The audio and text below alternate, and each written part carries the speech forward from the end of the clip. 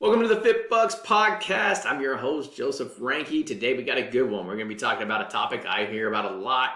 I'm amazed about a lot of times when we get on phone calls and I hear people say stuff to me about this, and that is managing money as a couple. Let it be being married, let it be like an imbalance, like I make more money than my spouse. How do we deal with money in that situation? All that type of stuff. That's what we're going to be covering on today's episode. Now, before we dive into it, as always, if you're watching on YouTube, welcome. Make sure that you subscribe, like, leave some comments. It helps us grow. It helps word get out. Plus, you get notified when new videos come out, so make sure you do that.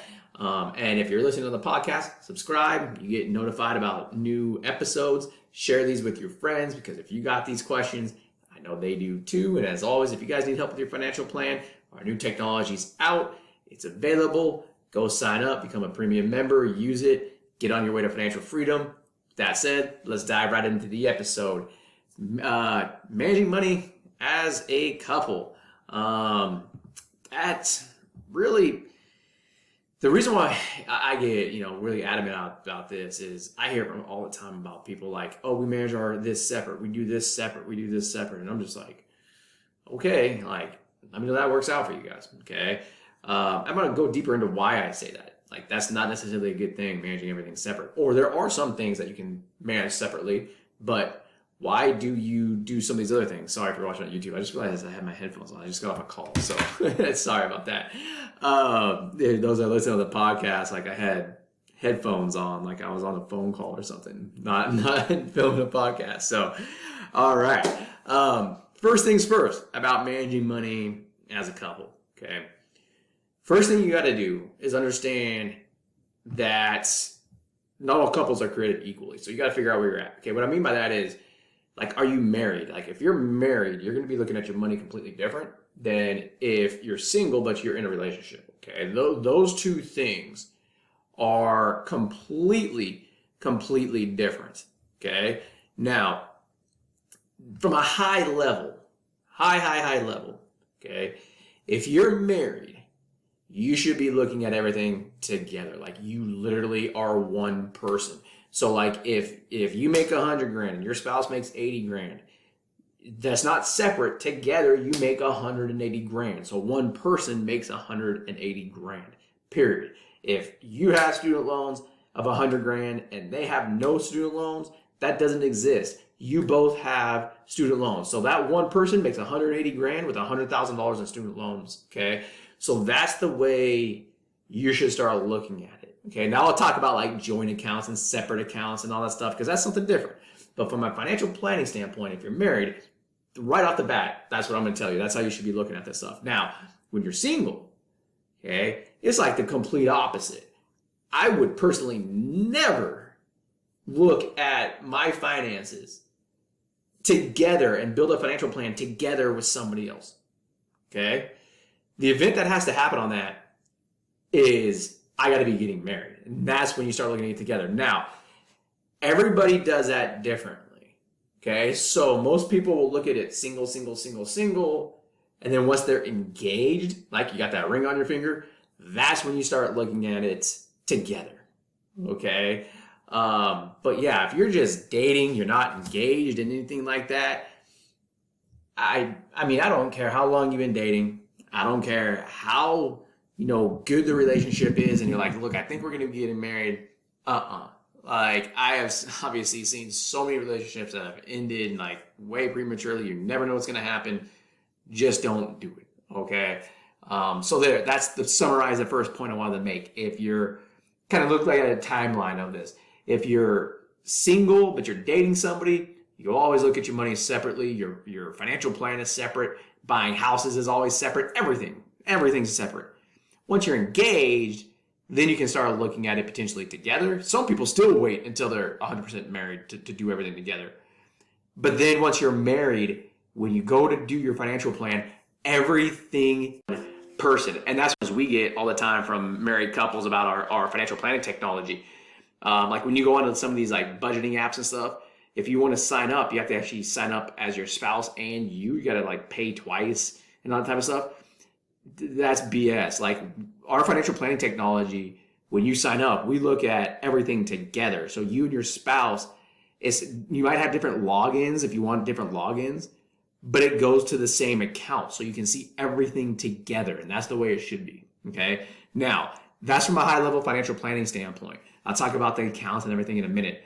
But the next piece I want to talk to you about, because this is vitally important, and this is before we even start talking about dollars and cents and all that type of stuff, is communicate.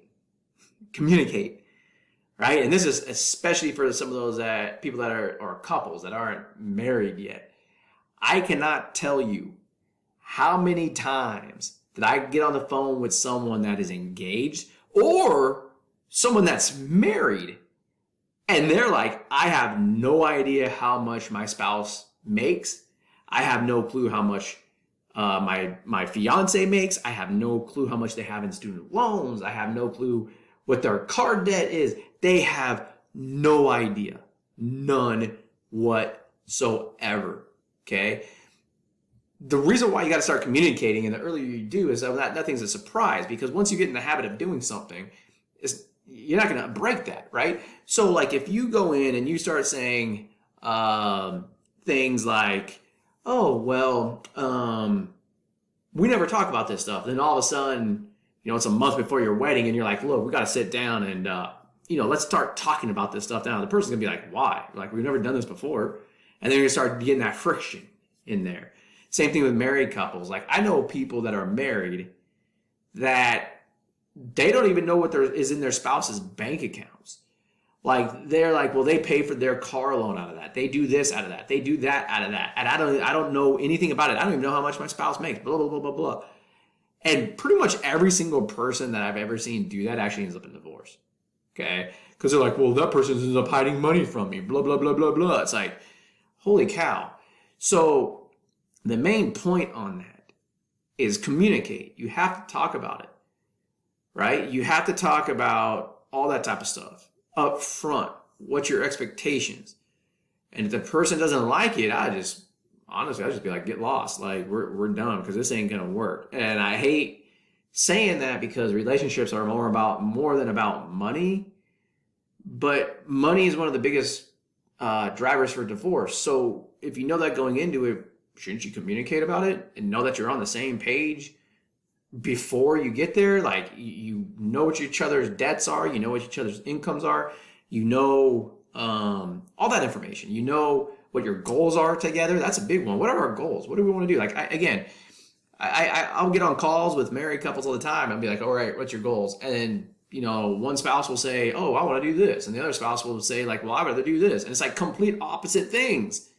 Like, I want to pay off debt. Like, I want to invest. And it's like, you guys aren't even on the same page. Why are we having this call yet? Like, get off the call, sit down with each other and say, what's our goals?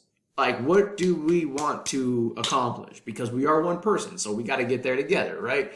So that's the big thing there. And that's tip number 2, I guess you could say, is make sure that you communicate. Now, I mentioned that, we'll talk about like imbalancing, okay? Imbalance between spouses in terms of income. So like, let's just say one person makes 100 grand and another person makes 40 grand. Again, one of the big things on this is communication. Start talking early, okay?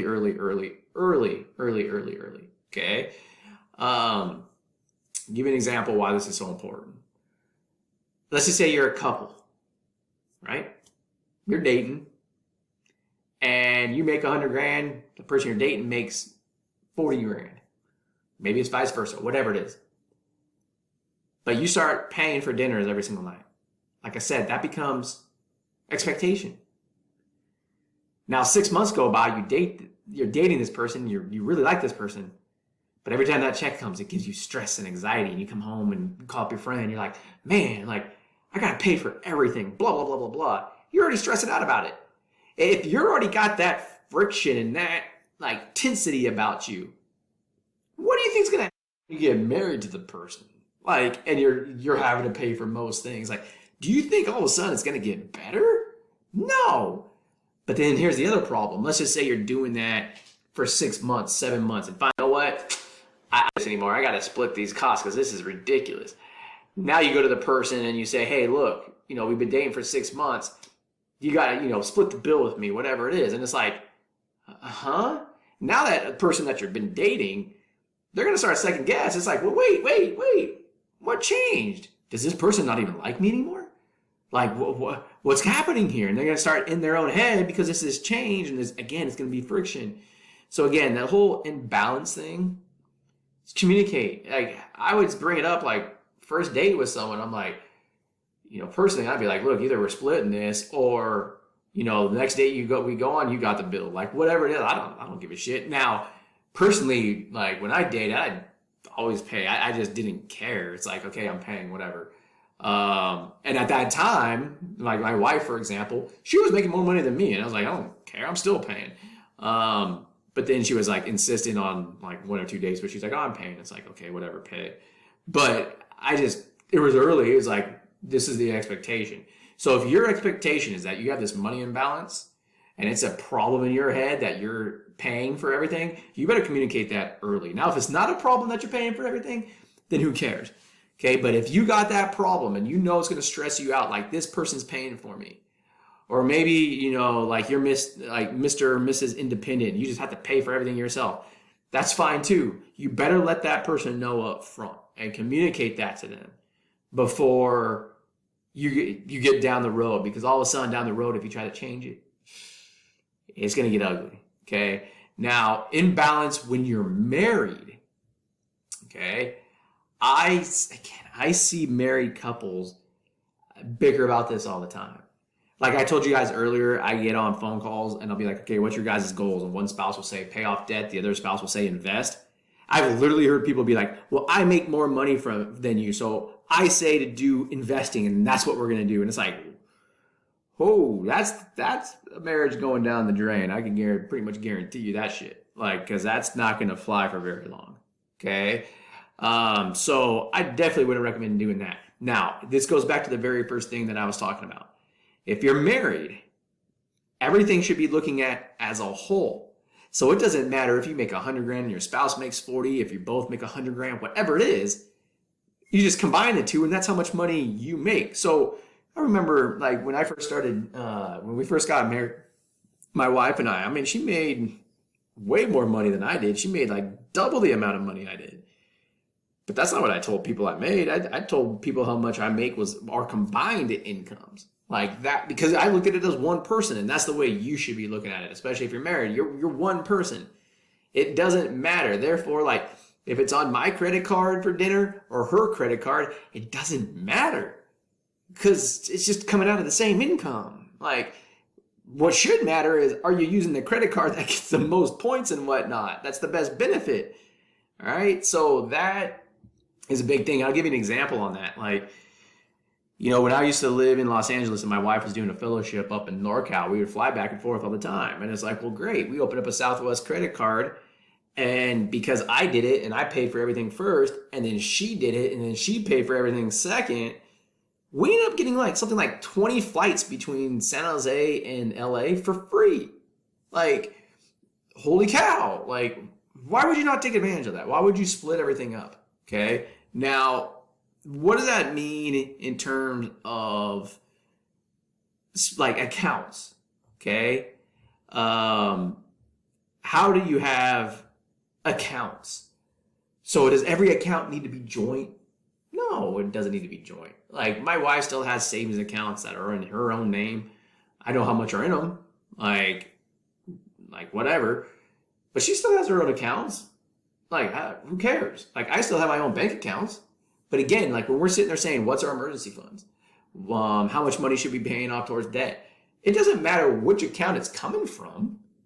Like if that balance is low, go send a check out from this account. Who cares? Like we look at everything as a financial plan. Like when we go onto FitBUX and I use, our own technology to manage our own my money, and I'm looking at it, I don't care whose account the name is. I just care about the balance of where it's at. Right? So that's the key thing. So again, when, I have a married couple come on, it's like, well, does it matter if we have separate bank accounts?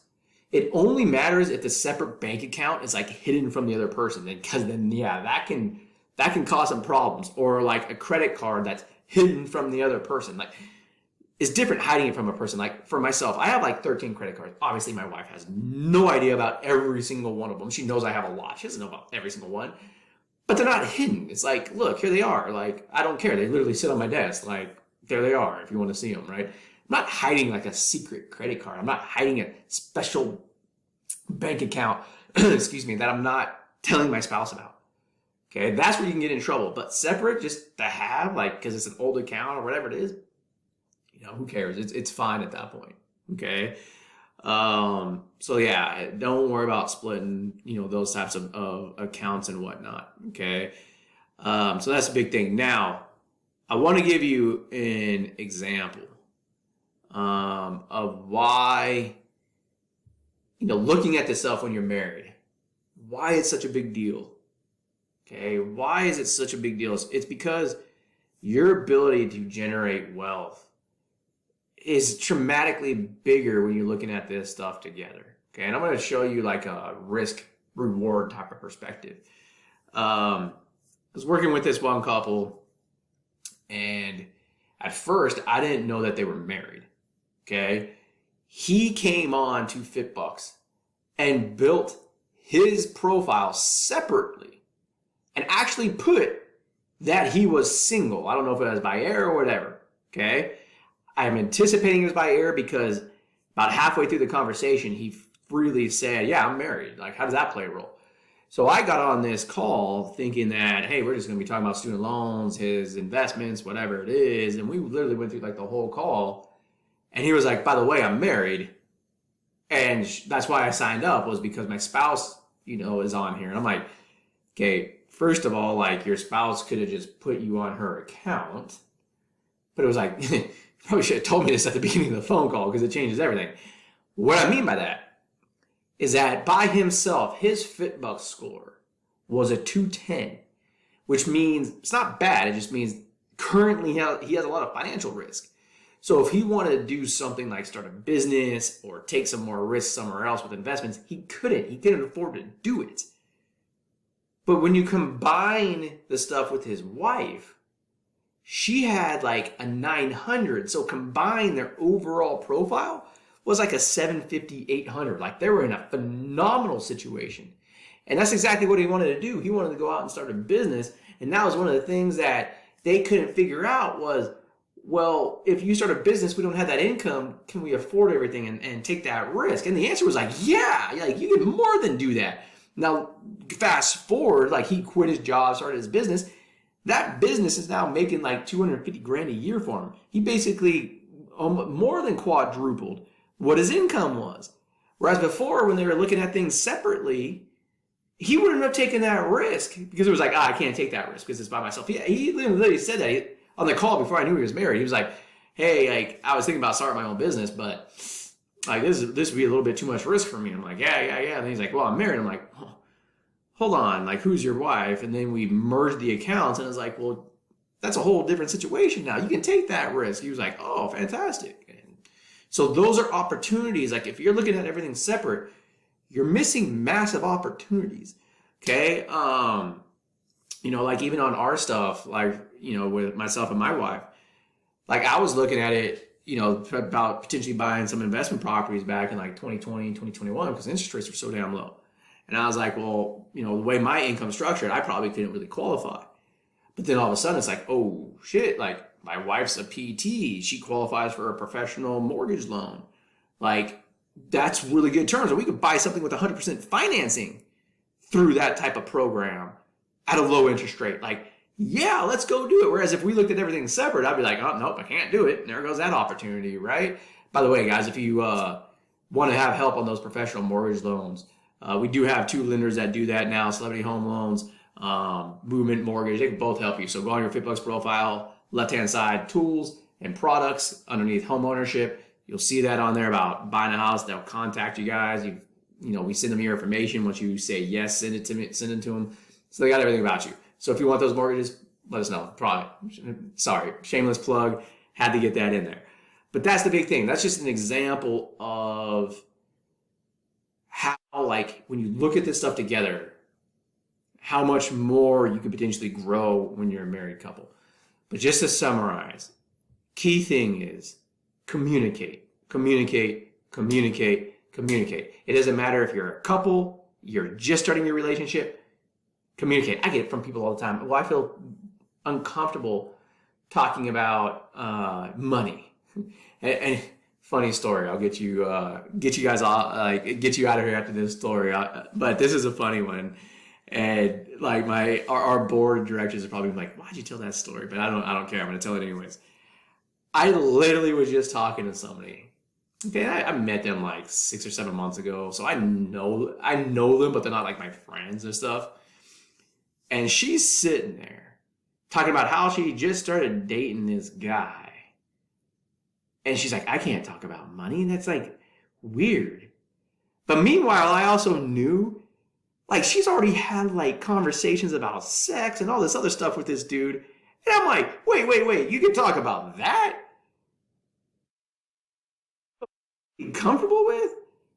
Talk about like outfits that he like likes and what you like and all that type of stuff, but you won't talk about money? That's what makes you feel uncomfortable? Like, oh, okay. So many ways, priorities, right? You might be like, well, my priority is that. It's like, okay, well, then make sure you talk about that too, which that is important. Don't get me wrong. But don't tell me that you're embarrassed to talk about money, but you're not embarrassed to talk about those other things. It's like, come on, right? So talk about money. I know it might be uncomfortable, but if you don't get out of that comfort zone, you don't talk about it now, you're also not going to talk about it in the future. And like I said, in the future, if you keep holding that in, eventually it's going to blow up. And that's where I see people, in all serious notes, that's where they end up getting divorced, is because they're never talking about this constantly. All right. So, that's the big deal. That's why you got to communicate. If you're married, look at the stuff together. Don't look at it separately. That is when you're doing your financial plan, accounts and all that stuff. Who cares if they're separate? Just make sure you're managing your financial plan together. With that, if you guys need help with your financial plan, make sure that you build your profile, sign up for our premium membership, schedule a call with your coach. We'll help you build out your plan, make sure you're doing everything right, answer your questions, get you going to financial freedom. Talk to you guys on the next episode.